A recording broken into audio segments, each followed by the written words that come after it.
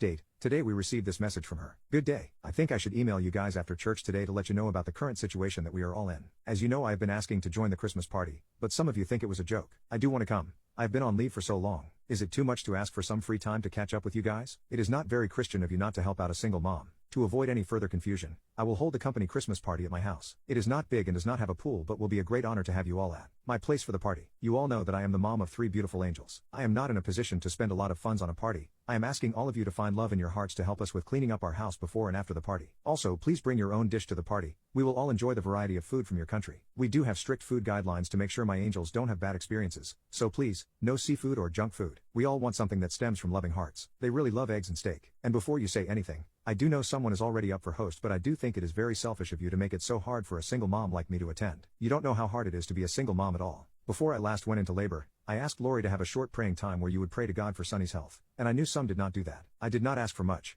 just 10 short minutes, but some of you refused. I am so disappointed by the lack of hospitality we single moms should receive. You know my children will grow up and take care of you all in the future. They will work, and their tax money will come back to take care of you in the future. The younger generation lacks the moral compass to have children, and that responsibility falls on us. Mom, may God shine his love. Update, my coworker came to work at noon. She started by changing diapers right on her desk. The stench left us nauseous. Someone told her we had a bathroom with a baby changing stand, but she ignored the person. I decided to tell her about it, in case she did not notice. She told me a baby hater like me would not understand the joy of having babies and should not be fussy because it would be the closest for me to be near a baby. I told her about the diaper again and stated it was really hot. The air conditioner was on full blast. The smell spread through the office, and it was just unbearable. We decided to move to the canteen outside, and we can work remotely as long as there is an internet connection. When we came back about 2 hours later after receiving an email from our boss to go back to the office, she already cleaned up the mess, but of course, her eyes were filled with tears. My boss was standing next to her, patting her on the back. Boss started telling us she filed a formal complaint. She felt discriminated against and humiliated because everyone treated her like a disease or something. No one said a word but me. I informed the boss about the incident that forced us to leave the office. Boss still said we must understand the situation because she is a single mom. Instead of complaining, we should just help her clean up. I asked why we had to clean up after my colleague. My boss said this was a small company,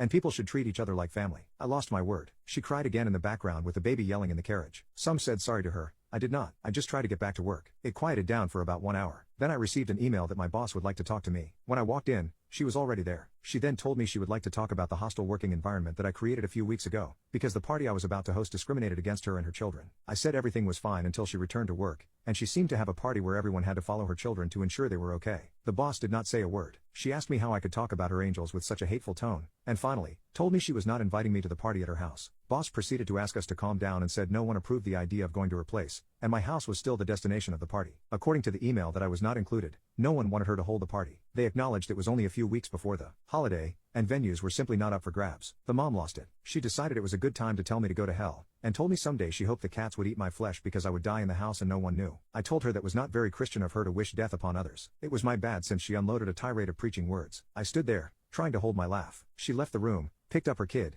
and left.